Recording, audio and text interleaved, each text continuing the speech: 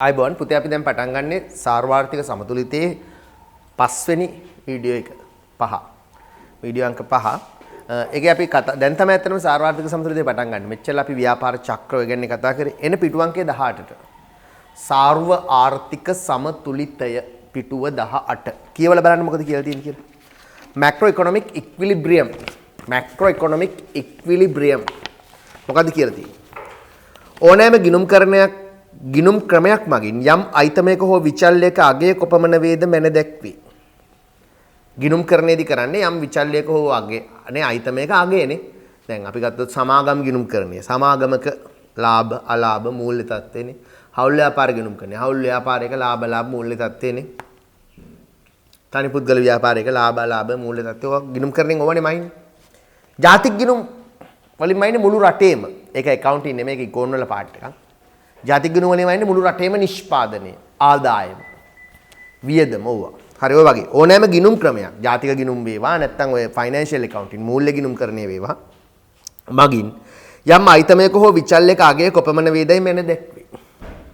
ඒ අනුව ජාතික ගිණුම් කරණය මගින් ජාතික ගිණුම් කරණය කියලා කියන්නේ ඉකොනොමික්ස් ටොපික් එකක්.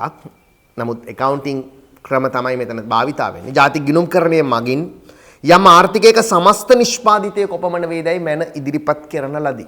සමස්ත නිෂ්පාදනය කොච්චරද කියලා මැනලා ඉදිරිපත් කරනවලු.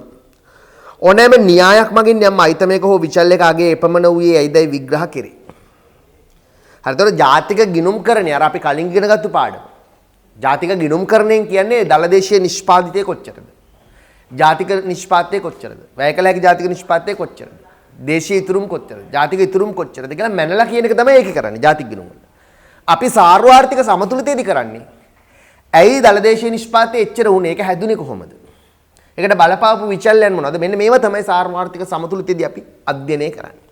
ඕනෑම න්‍යායක් මගින් මේ සාර්වාර්ථික න්‍යායක් මගින් යම් අයිතමයක විචල්‍යයක අගය එපමණ වූයේ ඇයිදයි විග්‍රහ කරේ. දැන් ජාතික ගිණුම් වලදී මැනලා කියනවා ලංකාවේ දලදේශීය නිෂ්පාදනයේ ඇමරිකානු ඩොලර් බිලියන 85ක් හරි කීයක් හරි කියලා කියනවා. මම නිකන් ආසන්න ගණක් කියන්නේ. ඩොලර් බිලියන. ඩොලර් USD බිලියන් 85ක් හරි කීයක් හරි කියලා කියනවා. යම් අවුරුද්දක ලංකාවේ දලදේශීය නිෂ්පාදනයේ ආසන්න වශයෙන් ඇමරිකානු ඩොලර් බිලියන 85ක් කියලා කියනවා. ඒ මැනලා කියන්නේ මොකෙන්ද? ජාතික ගිණුම් වලින්. අපි සාර්වාර්ථික න්‍යාය කතා කරන්නේ කොහොමද මේ 85 හැදුනේ? ඇයි ලංකාවේ දලදේශීය නිෂ්පාදනයේ ඩොලර් බිලියන 85ක් වුණේ කියන එක. මේකට බලපාපු හේතු මොනවද කියන එක තමයි අපි සාර්වාර්ථික න්‍යායදී අධ්‍යයනය කරන්නේ. දලදේශීය නිෂ්පාදිතය කොච්චරද කියලා මයින් එක අදාළ වෙන්නේ ජාතික ගිණුම් පාඩමට. දලදේශීය නිෂ්පාදනය කොච්චරද කියලා මයින් එක අදාළ වෙන්නේ ජාතික ගිණුම් කරන්නේ පාඩමට. දලදේශීය නිෂ්පාදනය එච්චර උනේ ඇයි කියන එක තමයි අපි සාර්වාර්ථික සමතුලිතයේදී හොයලා බලන්නේ. හරිනේ? ඕනෑම න්‍යායක් මගින් යම් අයිතමයක විචල්‍යයක අගය එපමණ වූයේ ඇයිදයි විග්‍රහ කරේ. සාර්වාර්ථික න්‍යාය මගින් විමසා බලනුයේ කාලච්ඡේදයට අදාළ සමස්ත නිමවුමේ අගය කියන්නේ දලදේශීය නිෂ්පාදනය කවර සාධක මත තීරණය වුණාද? දලදේශීය නිෂ්පාදනය තීරණය වුණේ මොනවා මතද කියන එක තමයි සාර්වාර්ථික න්‍යාය කතා කරන්නේ. පුතේ සාර්වාර්ථික න්‍යාය හැමදේම කතා කරන්න කලින් මාර වැදගත් රූපසටහනක් තියෙනවා. මේක දන්නේ නැතුව සාර්වාර්ථිකේ දන්නේ නැහැ. මෙන්න මේ රූපසටහන ආරයට ඉගෙන ගත්තේ නැත්නම් ඉන් එහාට මොනවයි ඉගෙන ගත්තත් වැඩක් නැහැ. සාර්වාර්ථිකයේ හදන්නේ කටපාඩමෙන් අවබෝධයක් නැහැ. ඒක නිසා එන්න ඒ රූපසටහන බලන්න. ඒක නෝට් එකේ නැහැ කියලා හිතාගන්න. රයිට්. මං කියන එක අහන්න. රයිට්. කමන්නේ මං කියන එක අහන්න. ඔක නෝට් එකේ නැහැ කියලා හිතාගන්න. ඒ රූපසටහන. මෙන්න මෙහෙමයි. පුතේ අපි ගමු රටක්. අපි නිකන් රටක් ගමු ලංකාව කියලා හිතමුකෝ. හරි ලංකාව. මොකක් හරි රටක් ගමු. ඒ රටේ ඉන්නවා ප්‍රධාන වශයෙන් නිෂ්පාදන අංශ ඉන්නවා. නිෂ්පාදන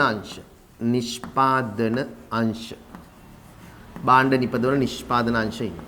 ඒකල කොටුවක් දාන්නම් මෙහෙම. නිෂ්පාදනය කරන නිෂ්පාදන අංශ ඉන්නවා. ඊළඟට මේ භාණ්ඩ හා සේවා පරිභෝජනය කරන අපි ඉන්නවා. අපි කවුද? මොන අංශයේද? කුටුම්බ අංශයනේ. අපි ඉන්නවා කුටුම්බ අංශය.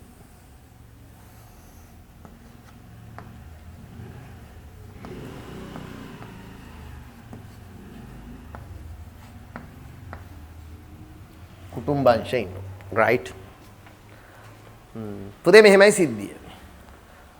අපි දන්නවා අපි නිෂ්පාදන අංශවල වැඩ කරාම අපිට ලැබෙනවා වැටුප් බදු කුලී පොලි ලාභ කියලා මොනවද ලැබෙන්නේ? සාධක ආදායම් නේ. අපි ව්‍යාපාරිකනේ. දැන් අපි DSI එකේ වැඩ කරනවා නම් ශ්‍රමයට වැටුප්. අපි මොන හරි භූමිය දුන්නොත් බදු කුලි, ප්‍රාග්ධනය දුන්නොත් පොලි, ව්‍යවසායකත්ව දැනුම යෙදුවොත් රටේ ව්‍යාපාර සඳහා ලාභ ලැබෙනවා. එතකොට අපිට නිෂ්පාදන ව්‍යාපාර වලින් තමයි මිනිස්සුන්ට ලැබෙන්නේ මොනවද? සාධක ආදායම් ලැබෙන්නේ නිෂ්පාදන ව්‍යාපාර වලින්. නිෂ්පාදන ව්‍යාපාර වලින් තමයි කුටුම්බ වලට ආදායම් ලැබෙන්නේ. පැහැදිලිද? කුටුම්බ වලට ආදායම් ලැබෙන්නේ නිෂ්පාදන ව්‍යාපාර වලින්. මොනවද ලැබෙන ආදායම්? සමහර විට වැටුප් වෙන්න පුළුවන්. බදු කුලී වෙන්න පුළුවන්. පොලි වෙන්න පුළුවන්. ප්‍රාග්ධනයට පොලි, ව්‍යවසායකත්වයට ලාභ වෙන්න පුළුවන්. ඕකට අපි කියනවා මොනවද? ඒකට කියනවා සාධක ආදායම්. සාධක ආදායම්.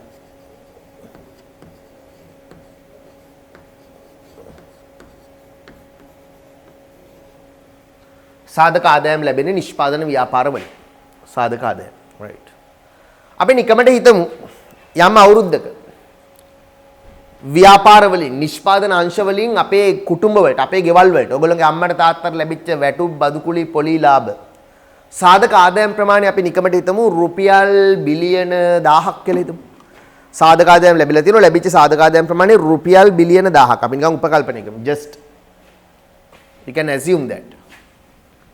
හරි. අපිට රුපියල් බිලියන 1000ක සාධක ආදායමක් ලැබිලා තියෙනවා. බිලියන 1000ක වැටුප්, බදු කුලි, පොලි ලාභ ව්‍යාපාර වලින් ගෙවලා තියෙන මිනිස්සුන්ට.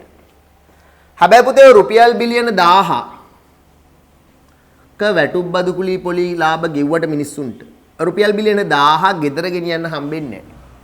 දැන් ව්‍යාපාර වලින් රුපියල් බිලියන 1000ක වැටුප්, බදු කුලි, පොලි ලාභ මිනිස්සුන්ට දුන්නට රුපියල් බිලියන 1000ක වැටුප්, බදු කුලි, පොලි ලාභ ගෙදර ගෙනියන්න වෙන්නේ. ඇයි වෙනියන්න වෙන්නේ නැත්තේ? මේ සල්ලි ටික අරගෙන යනකොට මගදී එක එක જાතියේ මංකොල්ලකාරයෝ සෙට් වෙනවා. කවුද මේ මංකොල්ලකාරයෝ?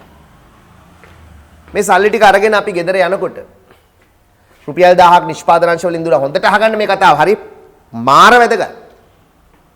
රුපියල් බිලියන 1000ක් ව්‍යාපාර වලින් අපිට වැටුප්, බදු කුලි විදියට දුන්නාම අපිට ඔක ගෙදර ගෙනියන්න වෙන්නේ.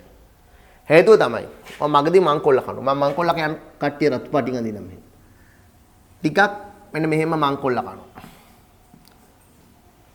අපි කියමු ඔකට මොනවද? අපිට සිද්ධ වෙනවා ආණ්ඩුවට මොනවා ගෙවන්නද? ආණ්ඩුවට ගෙවන්න වෙනව මොනවද පුතේ? ආණ්ඩුවට ගෙවන්න වෙනවා අපිට බදු ගෙවන්න වෙනවා. බදු. අපිට බදු ගෙවන්න වෙනවා. බදු. බදු වලට අපි කියන්නේ ඇත්තටම සුද්ධ බදු කියලා. net tax. සංකේතේ NT. net tax ගෙවන්න වෙනවා ආණ්ඩුවට. net tax. බදු ගෙවන්න වෙනවා. 1000ම ගෙදර ගෙනියන්න හම්බෙන්නේ නැහැ. ඊට කලින් ආණ්ඩුවට බදු ගෙවන්න වෙනවා. මම නිකන් කිව්වොත් අපිට ආණ්ඩුවට බදු ගෙවන්න උනා කියලා රුපියල් මිලියන 75ක් බදු ගෙවන්න උනා 75ක්. ඔන්න අපිට හම්බෙච්ච සල්ලි වලින් අපි 75ක් බදු ගෙවුවා. බදු ගෙවන්නේ කාටද? බදු ගෙවන්න වෙනවා. බදු ටික ගෙවන්නේ ආණ්ඩුවට නේ. ආණ්ඩුවට. බදු ගෙවන්න වෙනවා. බදු ගෙවුවා කියලා හිතමු 75ක් නේ. 75ක් ගෙවුවා. එතකොට ආණ්ඩුවට 75ක් ගෙවුවාම ගෙවන්නේ කාටද? ආණ්ඩුවට ගෙවන්නේ. ආණ්ඩුවට තමයි ගෙවන්නේ. ආණ්ඩුවට ගෙවනවා බදු 75. right. ආණ්ඩුවෙන් දරවුමට 75ක් ගෙවනවා. පුතේ 75ක් ගෙවුවට පස්සේ අපේ අතේ දැන් කීයක් තියෙන්නේ? 10න් 75ක් ආණ්ඩුවට ගෙවුවා. දැන් අතේ තියෙන්නේ කීයද? බදු 75ක් ගෙවුවා. දැන් අතේ තියෙන්නේ 925යි. ඔය 925 ඒත් ගෙනියන්න හම්බෙන්නේ. ආණ්ඩුවට බදු ගෙවුවා කියලා මේ වැඩේ ඉවර වෙන්නේ නැහැ. ආණ්ඩුවට බදු ගෙවුවා කියලා මේ වැඩේ ඉවර වෙන්නේ නැහැ. තව තියෙනවා. ආණ්ඩුවට බදු ගෙවුවා කියලා අපේ වැඩේ ඉවර වෙන්නේ නැහැ. තවත් ගෙවන්න වෙනවා. කාටද? තව ගෙවන්න වෙනවා මගදී. අපි අපේ සල්ලි වලින් ටිකක් දානවා බැංකු වල. අපේ සල්ලි වලින් ටිකක් අපි බැංකුවේ දානවා. ඒක කියන ඉතුරුම් කියලා. අපේ සල්ලි වලින් ටිකක් අපි බැංකු වල දානවා. ඉතුරු කරනවා. ඉතුරු. එහෙනම් ඉතුරුම් විදිහට අපේ සල්ලි ටිකක් ඉවර වෙලා යනවා. ඉතුරු. මේ ඉතුරු. ඉතුරු වලට සංකේත තමයි savings. අපි හිතමු අපි ඉතුරු කරනවා කියලා බැංකු වල දානවා කියලා කීයක් හරි කීයක්ද? නිකන් කීයක් හරි ගමු 100ක්. ඔව් 100ක් බැංකු වල දානවා කියලා හරි 100ක්. කොහෙද දාන්නේ? මූල්‍ය ආයතන වල මූල්‍ය අංශය දාන්න. මූල්‍ය අංශය.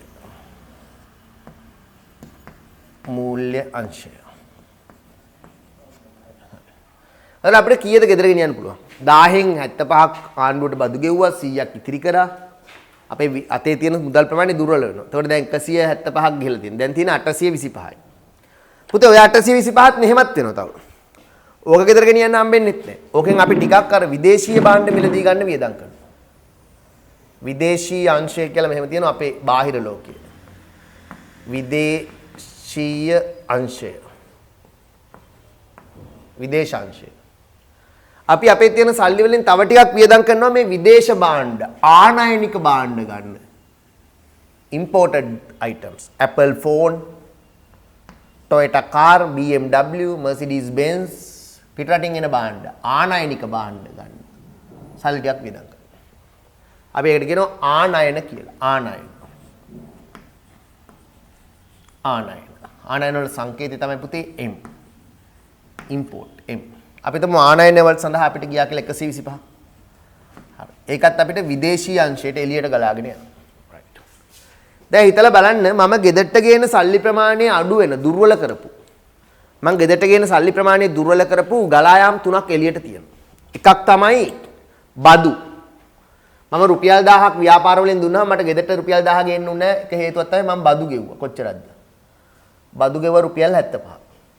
බදු නිසා මගේ ගෙදරට ගේන සල්ලි ප්‍රමාණය අඩු වුණා. බදු. තව එකක් මොකද්ද? තව එකක් තමයි ඉතුරු. මම බැංකුවේ සල්ලි දැම්මා. මගේ පොඩි ලෝභකමක් තිබුණා. එන ගමන් සල්ලි ටිකක් බැංකුවේ දැම්මා. බැංකුවේ දාන නිසාත් මොකද වෙන්නේ? මම ගෙදරට ගේන මුදල් ප්‍රමාණය අඩු වුණා. තව එකක් මම ආනයනික භාණ්ඩ මිලදී ගත්තා. ආනයනික භාණ්ඩ මිලදී ගත්තා. ආනයනික භාණ්ඩ මිලදී ගන්න නිසාත් මම ගෙදරට ගේන මුදල් ප්‍රමාණය අඩු වුණා මේ. ආනයන. ආනයන නිසාත් මම ගෙදරට ගේන මුදල් ප්‍රමාණය අඩු වුණා මේ. ආනයන ගත්ත නිසා. ආනයන වලටත් ගියා 125. ඔය ටික ඔක්කොම බැලන්ස් කරගෙන මම අවසාන වශයෙන් ගෙදරට ගේන්නේ කීයද? ඒ කියන්නේ 75ක් ඉතිරි කළා 75ක් බදු ගෙවලා 100ක් ඉතිරි කළා 125ක් ඉවර 175ක් ඉවරයි. තව 175ක් ආනයන වලට යොදාගත්තොත් මට ගෙදරට ගේන්න ඉතුරු වෙන්නේ කීයද? 700යි. එහෙනම් මම කුටුම්බය ඇතුළට ගේන්නේ කීයද පුතේ? 700යි සල්ලි. අය 75යි 100යි 175යි 175යි 175යි 300 10න් 300ක් ගියාම මෙතනට ගේන්නේ කුටුම්බය ඇතුළට මම සල්ලි ගේන්නේ 700යි. පුතේ එහෙනම් මගෙන් මේ තියෙන නිෂ්පාදන ආයතන දේශීය නිෂ්පාදන ආයතන DSI එක මදුල්ෂිමා ප්ලාන්ටේෂන් එක වටවල ප්ලාන්ටේෂන් එක ප්‍රීලන් එක නේ ලංකාවේ දේශීය ව්‍යාපාර මේ තියෙන්නේ. දේශීය ව්‍යාපාර. දේශීය ව්‍යාපාර වලින් මට 1000ක් හම්බුණා. හැබැයි 1000 ගෙදර ගෙනියන්න හම්බුනේ 700. මට මේ තියෙන 700න් තමයි මට දේශීය භාණ්ඩ මිලදී ගන්න පුළුවන්. එහෙනම් මගෙන් දේශීය භාණ්ඩ හා සේවා සඳහා ඉල්ලුමක් ඇති වෙන්නේ කොච්චරකද? මගෙන් දේශීය භාණ්ඩ හා සේවා සඳහා ඉල්ලුමක් ඇති වෙන්නේ කීයකද? රුපියල් 700ක විතරයි ඉල්ලුමක් ඇති වෙන්නේ. අයි මගේ අතේ තියෙන 700නේ. මම දේශීය ව්‍යාපාර වලින් සිද්ධාලේප වෙන මහත්තයාගේ සිද්ධාලේප, DSI මුදලාලිගේ දී සපත්තු නේ. ප්‍රීලන් එකේ 3-5 ගන්න මම දේශීය භාණ්ඩ සඳහා ඉල්ලුමක් ඇති වෙන්නේ මගෙන් රුපියල් කීයක විතරද? 1000ක් හම්බ කරාට මගේ දේශීය භාණ්ඩ වලට තියෙන ඉල්ලුම දුර්වල කරා නරක 3 දෙනෙක්. කවුද 3 දෙනා? ආණ්ඩුව මගේ දේශීය ඉල්ලුම දුර්වල කරා. දේශීය භාණ්ඩ ගන්න අතේ සල්ලි නැහැ 75ක් ආණ්ඩුව ගත්තා. ඉතුරුන් නිසා දේශීය භාණ්ඩ මට ගන්න තියෙන හැකියාව රුපියල් 100කින් අඩු වුණා. ආනයන ගත්තු නිසා දේශීය භාණ්ඩ වල තියෙන ඉල්ලුම අඩු වුණා. දේශීය භාණ්ඩ වල තියෙන ඉල්ලුම අඩු වෙලා දැන් මගේ අතේ තියෙන 700. ඔය 700න් තමයි මම දේශීය භාණ්ඩ ඉල්ලන්නේ. දේශීය භාණ්ඩ ඉල්ලන්නේ ඔය 700න් තමයි. එහෙනම් මම මෙතන ඔය 700 තමයි මගේ මොකද්ද? ඔය 700 තමයි මගේ මොකද්ද? පෞද්ගලික පරිභෝජන වියදම. පෞද්ගලික පරිභෝජන වියදම. මම මෙතන ලියන්නම් මේක තමයි මොකද්ද? පෞද්ගලික පරිභෝජන වියදම. මම කියනවා C කියලා consumption. C. කොච්චරයිද පුතේ? 700යි. 700. මට පරිභෝජනයේ වියදම් කරන්න පුළුවන් කීයද? 700යි. 700. පෞද්ගලික පරිභෝජන වියදම 700යි. C. 700යි මම දේශීය භාණ්ඩ ඉල්ලන්නේ. අන්න පොඩ්ඩයින් මං 1000ක් හම්බ කරා. එහෙනම් මගේ දේශීය ඉල්ලුම දුර්වල වුණා 3 දෙනෙක් නිසා. කවුද නිසාද? මං හම්බ කරපු දේ මට වියදම් කළා දේශීය භාණ්ඩ ගන්න බැරි වුණා. ලංකාවේ දේ අපේ දේ ගන්න අපේ දේ. නේ සිද්ධාලේප වෙන මහත්තයාගේ සිද්ධාලේප. සමහන් මුදලාලිගේ සමහන්. DSI මුදලාලිගේ සපත්තු. ප්‍රීලන් මුදලාලිගේ 3-5. නේ අපිට ඕවා ගන්න බැරි වුණා. අයි ගන්න බැරි වුණේ 1000ක් හම්බ වුණාට 1000න් අපිට ඉතුරුනේ 700යි. අර අපේ දේශීය භාණ්ඩ මත කරන ඉල්ලුම දුර්වල කරා 3 දෙනෙක්. අන්න ඒගොල්ලෝ හතුරෝ. අපේ රටේ හතුරු අපේ දේශීය භාණ්ඩ වල තියෙන ඉල්ලුම දුර්වල කරපු 3 දෙනෙක් මම ඔයගොල්ලන්ට කිව්වා. කවුද? එක්කෙනෙක් තමයි සුද්ධ බදු ගෙවි. ආණ්ඩුවට බදු ගෙවන්න අපිට දේශීය භාණ්ඩ මිලදී ගන්න බැරි වෙනවා. අනිත් එක ඉතුරුම් අපි අහලා තියෙන පොඩි කාලේ ඉතුරුම් හොඳයි කියලා නෑ ඉතුරුම් හොඳ නෑ. මල පෙරේතකමට සල්ලි බැංකුවේ දැම්මොත් අපි දේශීය භාණ්ඩ වල තියෙන ඉල්ලුම දුර්වල කරනවා.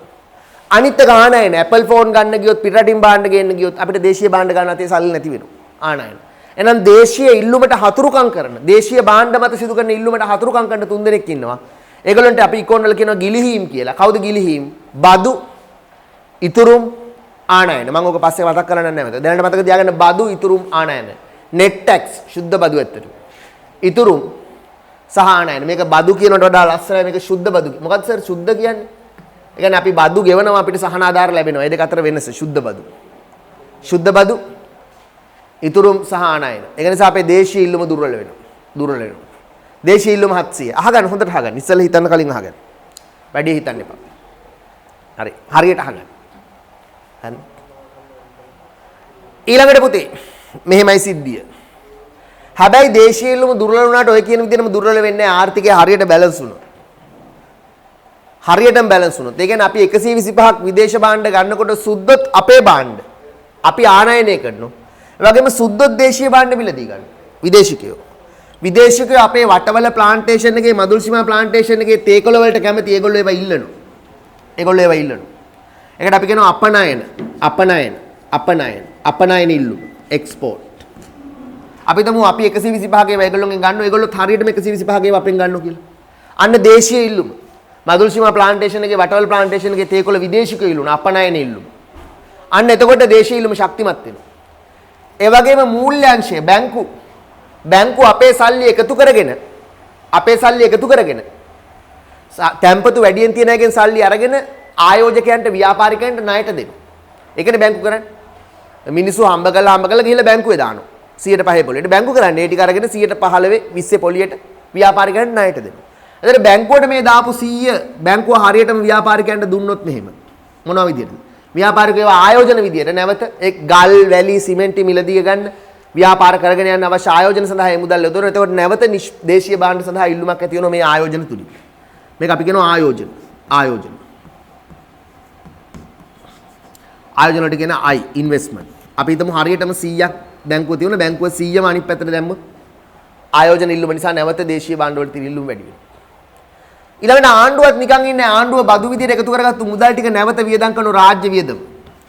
රාජ්‍ය සේවකයන්ට වැටුප් ගෙවන. එතකොට ඒගොල්ලෝ ඒවෙන් භාණ්ඩ මිලදී ගන්නවා.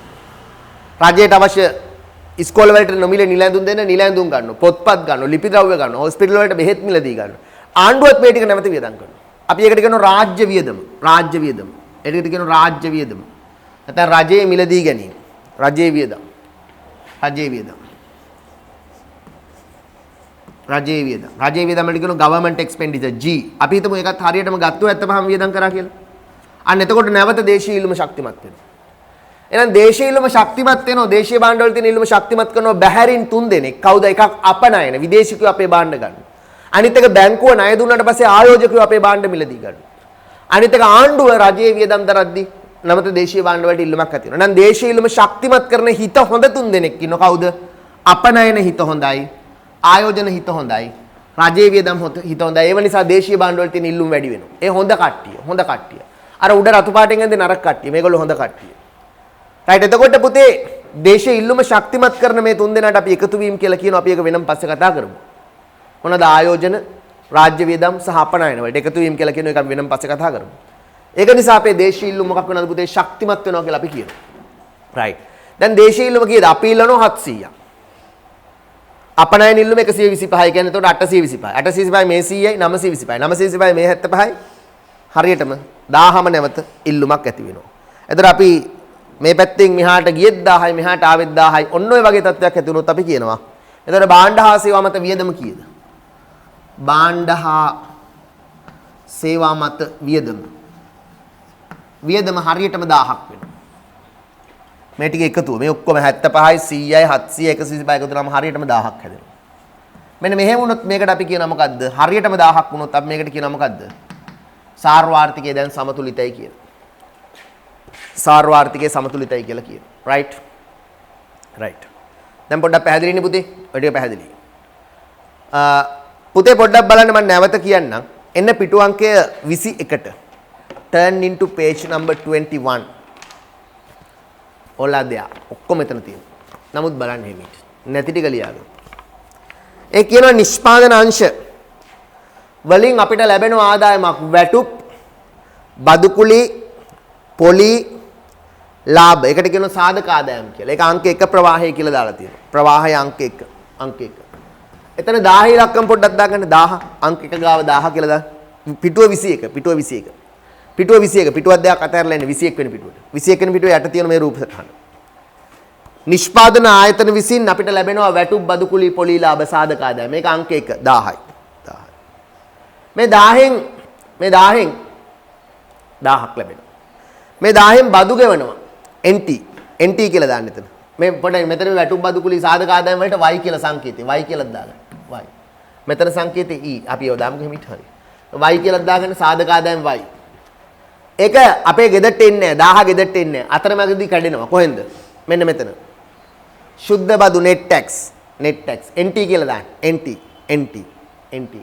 බදු කියන එක शुद्ध බදු කියලා හදන්න शुद्ध බදු නැත්නම් net tax 75යි කියලාත් ලියන්න 75යි මේ ඉලක්කම් ලියාගන්න NT शुद्ध බදු 75ක් බදු විදියට යනවා ඒක අංක 3 ගිලිහීම් ටික මං රතු පාටින් ඇදලා තියෙනවා මේක අංක 3 කියලා දාලා තියෙනවා තුන්වෙනි ප්‍රවාහය ඉතුරුම් කියන්නේ ගිලිහීමක් එකක් අංක 3 කියලා දාලා තියෙනවා ඉතුරුම් මේ පැත්තේ S දාන්න 100 දාන්න 100ක් යනවා ඉතුරු ගිලිහීම.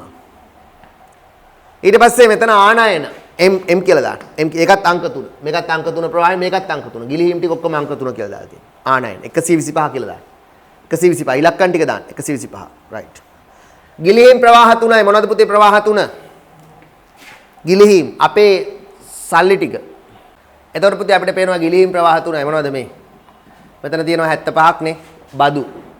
බදු කියන්නේ ගිලිහීමක්. ගිලිහීම් ප්‍රවාහ 3යි. ඒ ටික දාගන්න. එතන 75යි. 75 මම මේ වෙන පාට රතු පාටින්ම ලියන්න. එහෙම අවුලක් නැහැ ඔයගොල්ලෝ පාට. මෙතන 100යි ඉතුරු. මේවා ගිලිහීම්. මෙතන 125යි ආනයි. මේවා නිසා අපේ සමස්ත වියදම දුර්වල වෙනවා. අපේ අතේ තියෙන සල්ලි ටික ගෙදර ගෙනියන්න හම්බෙන්නේ නැහැ. අතට හම්බෙච්ච 1000 ගෙදර ගෙනියන්න හම්බෙන්නේ නැහැ. නරක 3 දෙනා. බදු ඉතුරුම් ආනයන. නරක 3 දෙනා. එහෙනම් කටපාඩම් කරලා මතක තියාගත්තත් කවන්නේ රටකට නරක 3 දෙනෙක් ඉන්නවා.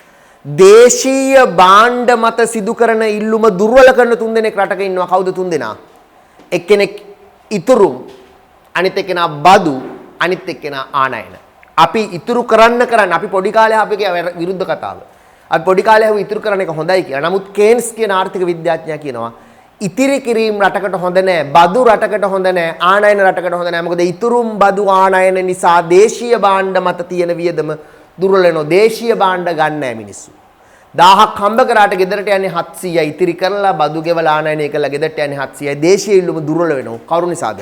ඉතුරුම් බදු ආනයන නිසා. ඉතුරුම් බදු ආනයන අපි කියන ආර්ථිකයේ ගිලිහීම් කියලා. දේශීය ඉල්ලුම දුර්වල කරන හාදේ 3 දෙනා. කවුද පුතේ නරක 3 දෙනා? මේ උඩ ඉන්න 3 දෙනා. ඉතුරුම් බදු ආනයන 3 දෙනා. දේශීය ඉල්ලුම දුර්වල කරනවා. දේශීය භාණ්ඩ මිලදී ගන්න එක. සිද්ධාලේප මහත්තයාගේ සිද්ධාලේප වලට තියෙන ඉල්ලුම DSI සපත්තු වලට තියෙන ඉල්ලුම දුර්වල කරනවා. බදු ගෙවුවොත්, ඉතුරු කරොත්, ආනයනය කරොත් දේශීය භාණ්ඩ වලට තියෙන ඉල්ලුම දුර්වල වෙනවා. ඒ තමයි ගිලිහීම්. right. එහෙනම් කුටුම්බෙට එන්නේ කීයද? මේවා ලියා ගන්න. මේ ලියපු නැති හැම එකක්ම ලියා ගන්න. කුටුම්බෙට එන්නේ 700යි. මෙතන ලියන 700. කුටුම්බෙට එන්නේ 700යි. right. කුටුම්බෙට එන්නේ 700යි පුතේ. ඔය 700යි. මෙතන ලියා ගන්න පුතේ 700යි කුටුම්බෙට එන්නේ. ඊට පස්සේ ලියන පෞද්ගලික පරිභෝජනය කියන එකත් මම හිතන්නේ ඕකේ නෑ ලියා ගන්න. පෞද්ගලික පරිභෝජන වියදම C. පෞද්ගලික පරිභෝජන වියදම C. අර සංකේතات ලියවන NTSM. පෞද්ගලික පරිභෝජන වියදම C කියලා ලියන්න. පෞද්ගලික පරිභෝජන වියදම C 700යි අපිට වියදම් කරන්න පුළුවන්. 700යි. දැන් අපිට 700යි වියදම් කරන්න තියෙන්නේ. ඉතිරි කළා බදු ගෙවලා ආනයනය කළා අපි නිකන් විනාශ වෙලා ඉන්නේ. අපේ අතේ තියෙන 700යි. පෞද්ගලික පරිභෝජන වියදම 700යි. නමුත් අපේ සපෝට් එකට එනවා විදේශිකයෝ අපේ භාණ්ඩ ඉල්ලනවා නේ. විදේශිකයෝ DSI එකේ සපත්තු ඉල්ලනවා. මදුල් සීමා ප්ලාන්ටේෂන් එකේ වටවල ප්ලාන්ටේෂන් එකේ තේකොළ ඉල්ලනවා. සිද්ධාලේප සමහරට ගන්නවා. අන විදේශීය ඉල්ලුම අපනයන කියන්නේ අපි විකුණනවා ඒගොල්ලෝ ගන්නවා. අපි විකුණනවා ඒගොල්ලෝ ගන්නවා. අපනයන ඉල්ලුම 125යි. අන්න දේශීය ඉල්ලුම ශක්තිමත් වෙනවා. එක්ස්පෝර්ට් X කියලා දාන්න. අපනයන X 125යි. අපනයන 125යි. දේශීය ඉල්ලුම ශක්තිමත් වුණා. තව බැංකුව වලට අපි දාපු සල්ලි ටික බැංකුව නැවත ව්‍යාපාරිකයන්ට ණයට දෙනවා. අපි බැංකුව වලට ඉතිරි කරපු 100 බැංකුව ව්‍යාපාරිකයන්ට ආයෝජන විදියට ණයට දෙනවා. එතකොට ව්‍යාපාරිකයෝ ඒවෙන් නැවත භාණ්ඩ හා සේවා මිලදී ගන්න. ආයෝජන